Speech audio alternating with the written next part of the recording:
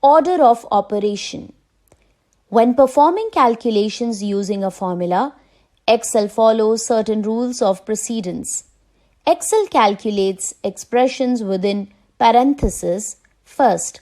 Excel calculates multiplication and division before addition and subtraction.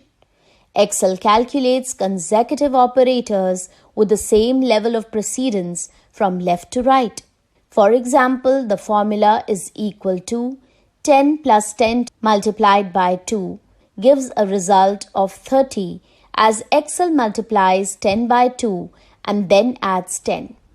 However, the formula is equal to, within brackets, 10 plus 10 multiplied by 2 produces a result of 40.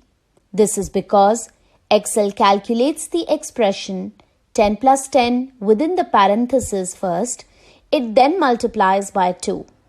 If you are unsure of the order in which Excel calculates, use parentheses even if the parentheses aren't necessary.